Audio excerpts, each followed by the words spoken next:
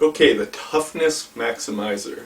And this is really about mental toughness and physical toughness. It's both, it's kind of one and the same. If you're mentally tough, chances are you can do the physical toughness and vice versa. So I use the terms throughout, and sometimes I do both of them, because really if we want to be tough, it's not just one side or the other. We really do want both of these.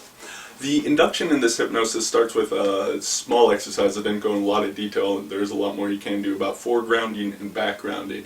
And the reason I do that, where you focus on something, you notice what's in the foreground and everything else fades to the background, and now you can go back and forth between these, is because that's a big component of what it takes in order to be mentally tough. It's really about what do you pay attention to. So that starts off the induction, and then it's near the end of the hypnosis as well. In if I may say so myself, one of my favorite hypnotic paragraphs that I've sculpted, talking about these different strategies for toughness. And here's the thing, for mental toughness, it's not in basic state like being angry or happy or something like that, but it's really how we think, and self-reflexively we think about our thinking about the pain the feelings in the body, and how we do that in a certain loop. So it's kind of a more complex state, and thus for this we want a more complex strategy, and there can be multiple things that work. So within that hypnotic programming,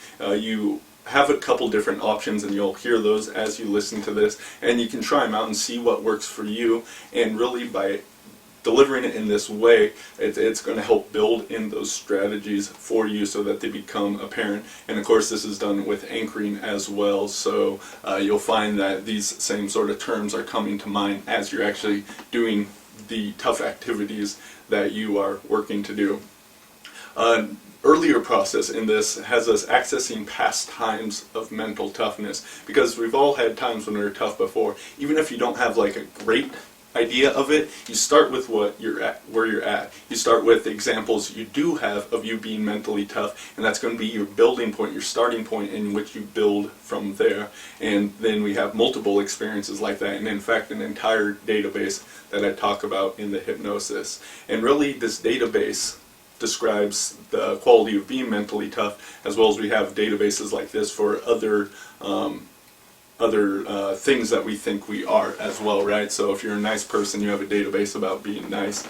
And there's a lot of fun stuff we can do with this database. This is the first time I really worked with it in a hypnotic process quite like this. But that's important, because if you see your entire database, if you're experiencing your entire database of being mentally tough, how difficult is it going to be to be mentally tough again right after doing that? So that's very important, and we kind of build it through different ways, including the use of role models and the kind of the negative reframe. So everyone that's listening to this wants to be mentally tough, and they likely already are to some degree, but we've also had times when we quit. And I had a little bit of battle. Did I want to include this in the hypnosis or not? And I did, for a couple reasons. One is there's a warning or drawback to being mentally tough. That is, you can push your body past the limits, past the point of being safe, right? You can push the body into you injure yourself, and that's not a good thing. So there's a little bit of that programming in there to kind of listen to those body signals, but ultimately the choice is yours. When you really can access your toughness like this, you're going to be able to push beyond those boundaries.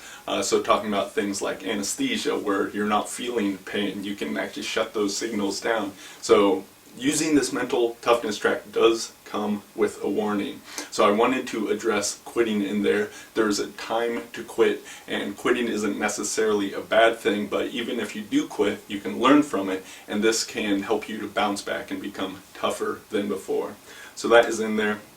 Once again, just make sure you listen to your body well. Try to understand the difference between, oh, I'm quitting just because I want to, I'm not being tough, versus I'm quitting because my body is telling me it is time to quit, or something is bad is going to happen.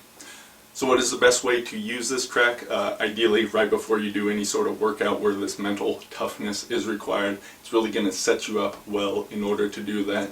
Just as I was writing this track, actually, like I was revivifying my own experiences, I was kind of accessing those strategies, and so I had a great workout shortly after it. So definitely right before any mental toughness workout is going to be great. This would be something that, you know, if you're maybe you want to do some other tracks, you have some other goals, but doing this like once a week or so could just help keep everything alive and ready within you, so you have that mental toughness anytime you want to access it. Of course, once you've done this a few times, those anchors are certainly going to be in there. You can really see and feel that database much more. Then you'll have your mental toughness with you. So that's just my tips on that. Like I said, doing it right before workout probably going to be the ideal way to go, but you can certainly do it more often than that if you want. I hope that helps and covers all the details you need to know. If there's any other questions, you can always email me at logan@legendarystrength.com. I look forward to hearing your results with the mental toughness track.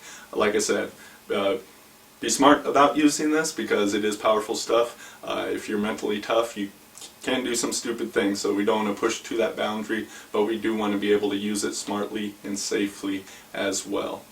And so I look forward to hearing your results.